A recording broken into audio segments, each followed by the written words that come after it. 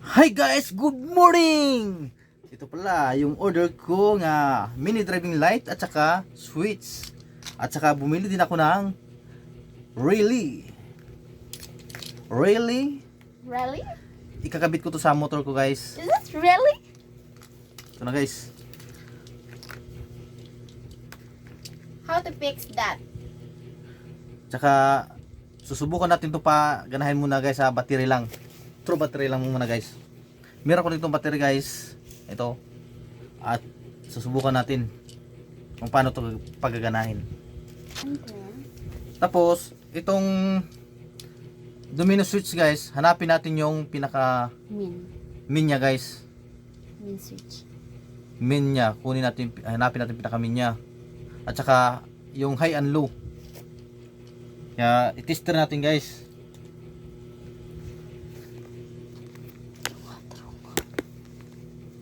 Ano ba din?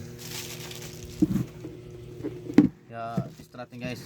Yung pula 30. Tapos 85 ground to ground. Kunin natin guys ha. Sa ground to siya, ground. Ito sa ano guys, battery. Ito maya bali, ito ang pinakasusi niya. Kaso wala akong susi kasi direct natin mamaya dito sa positive. Itong ano, itong 86. Tapos dito na tayo sa switch guys ha. Yung ang high kanina. Tapos itong low, ito yung yellow. Tapos isa na lang natira dito guys, itong blue na lang, ikabit ito yung sa kabit itong pinakamin niya, kabit dito sa blue. Itim guys, connect to sa ground. Itong itim sa galing sa ano sa mini driving lights ha. To. I-connect to sa itim. Sa itim sa ground.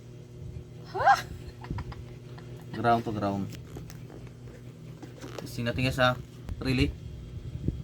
Ibig sabihin function siya. Kaya umilaw siya eh. Function talaga. Ito nyo guys. Yan ang high. Guys ha, ito yung high. Puti. Pwede din naman yung elected guys. At saka ito yung low guys. Dilaw. Ito guys oh. Yan, dilaw.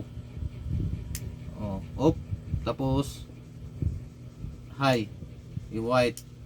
At saka guys, pwede niyo i-baliktad din. Yung kung gusto niyo dilaw yung high nyo, pwede din.